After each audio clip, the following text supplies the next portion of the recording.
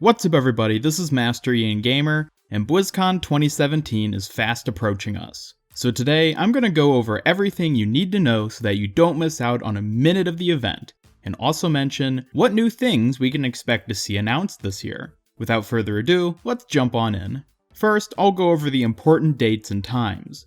The main event starts Friday, November 3rd at 11 AM PDT. This will be the BlizzCon opening ceremony, which is where Blizzard makes all their big general announcements. The reason why this is important for Overwatch fans is because last year at BlizzCon, this is where Sombra and her animated short were first revealed. This doesn't mean that something major pertaining to Overwatch will for sure get announced here again, but you should try to watch it anyway just in case.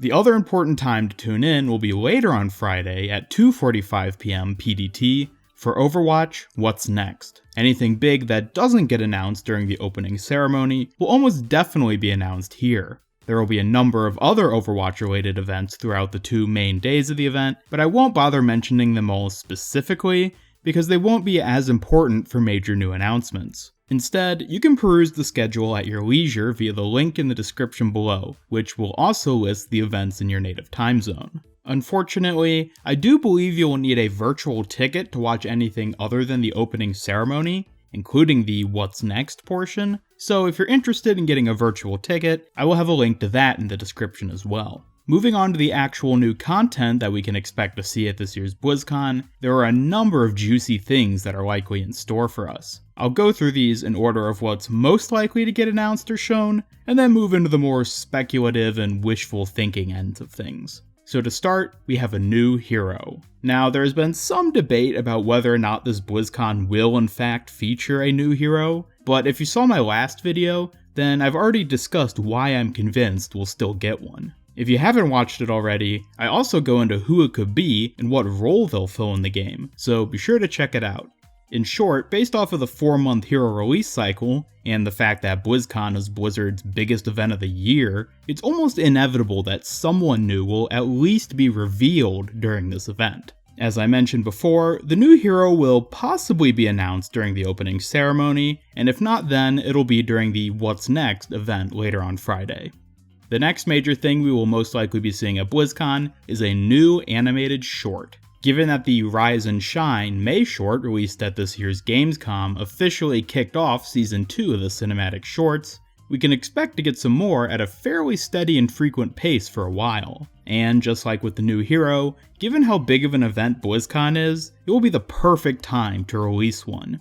Additionally, this is almost definitely going to be revealed during the opening ceremony, since it will, of course, be a big cinematic thing to show off. As for who will be featured in this new short, well, that's really anyone's guess. It could be the new hero, just like it was last year with Sombra, but it may also be someone else for all we know. The last major thing that we'll pretty much definitely see at this year's BlizzCon is more information regarding Overwatch League. Now, I haven't ever really talked about Overwatch League in my videos before, because to be honest, I'm not really that big of a fan of esports or competitive gaming. I'm sure we've all seen the new team-specific skins that have been periodically shown off over the past month or so, but beyond that, there's really not that much we have to go on. It seems like Blizzard is really pushing hard for Overwatch League to be successful, so we'll almost definitely be getting more info regarding it during this event. Moving on to less specific things we'll see this year, we have competitive and general game balance or system changes. In a way, this is basically inevitable. I can't imagine that we'll go the entirety of BlizzCon without Jeff or some other developer saying something regarding upcoming Overwatch changes. The question really is just what they will be. There has been a lot of demand for changes to competitive mode, as well as Mercy and her extreme presence in the game right now. But these are only a couple of the many prominent topics people want to hear Blizzard address. It's anyone's guess as for what will actually get discussed, so let's just hope that there are some nice improvements in store for us. One specific thing we'll likely see are the new esports spectator tools. Jeff Kaplan mentioned these in a recent developer update video where he talked about how much they've been working to get Overwatch working nice and smooth in the world of competitive gaming. I'll have a link to that dev video down in the description. We may also get a new game mode announced, although I doubt we'll see one for the main quick play and competitive roster, and the arcade already seems to be overwhelmed with the number of modes it has to offer. I don't find a new game mode to be particularly likely, nor does it feel particularly needed or wanted right now. So don't expect to hear much, if anything, regarding this idea. Another thing that we may see announced is the next map, or at least a map of some kind.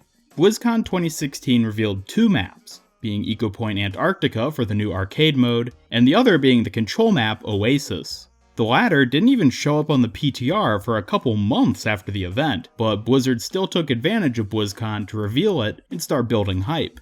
We may see a similar thing happen again this year for a map further down the line, although it will likely depend on how much else they have to show off. If there is enough other Overwatch related stuff to reveal build hype for, they might not bother adding whatever next map is to that list. The last thing I want to suggest for this year's BlizzCon is a significant overhaul to the system, or at least new kinds of cosmetics. Now, I've mentioned this a number of times in the past, and I swear one of these days I'll get around to collecting all my thoughts on the matter and making a dedicated video about it. This isn't an issue I see being brought up very often, so others in the community may not really agree with the importance I place on it. But I think the cosmetic system as it stands has lots of room to be expanded, and the way it works currently doesn't favor the longevity of cosmetic progression. While I don't really expect to see something like this announced or disclosed at BlizzCon, I would love to see anything, even just the addition of new custom weapon skins, become a feature in the game. As a last little note, I will mention that I expect we'll have something unexpected announced. So I'm excited to see which new things will catch us completely by surprise. Inevitably, there's going to be something that we don't see coming.